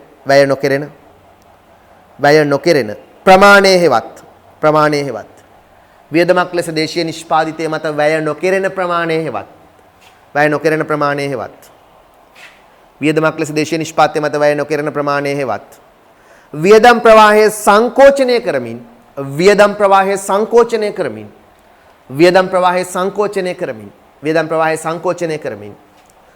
ප්‍රවාහය සංකෝචනය කරමින් සිදුවන බාධා කිරීම මින් අදහස් වේ. වියදම් ප්‍රවාහය සංකෝචනය කරමින් සිදුවන බාධා කිරීම මින් අදහස් වේ. වියදම දුර්වල කරනවා. වියදම 700ක් වුණා. 1000ක් හම්බුණාට වියදම 700යි. එයි 75ක් බදු ගෙව්වා 100ක් ඉතිරි කරා 125ක් කාණ්ඩනය කරා 1000ක් හම්බුණාට වියදම් කරේ 700යි. එහෙනම් මොකද වියදම් ප්‍රවාහය සංකෝචනය කරන බාධා කිරීම. මොකද අහපගුවොත් නිර්වචනේ සම්පූර්ණයෙන්ම කිව්වොත් ඉරක් ගහ ගන්න ඉතාම වැදගත් විභාගයට අහන්න පුළුවන්. මෑත කාලේ ඇහුවා ඔය මාකින් එකේ නිර්වචනේ.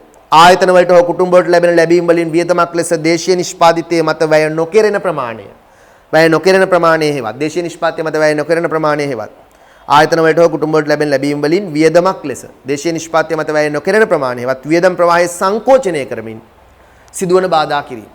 වියදම් ප්‍රවාහය සංකෝචනය කරමින් සිදුවන බාධා කිරීම මින් අදහස් වේ. හරි. ඉරක් ගහ ගන්න නිර්වචනය. මොකද නිර්වචනය ආයතන වලට හෝ කුටුම්බ වලට ලැබෙන ලැබීම් වලින් වියදමක් ලෙස දේශීය නිෂ්පාදිතය මත වැය නොකරන ප්‍රමාණය හෙවත් වියදම් ප්‍රවාහය සංකෝචනය කරමින් සිදුවන බාධා කිරීම මින් අදහස් වේ. හරි. එමගින් අපි කියන වියදම් ප්‍රවාහය දුර්වල වෙනවා. මට කාන්දු වීම කියලා කියනවා. ආර්ථිකයේ කාන්දු වීම 3යි. පුතේ මොනවද 3? මේ තියෙන්නේ මොනවද?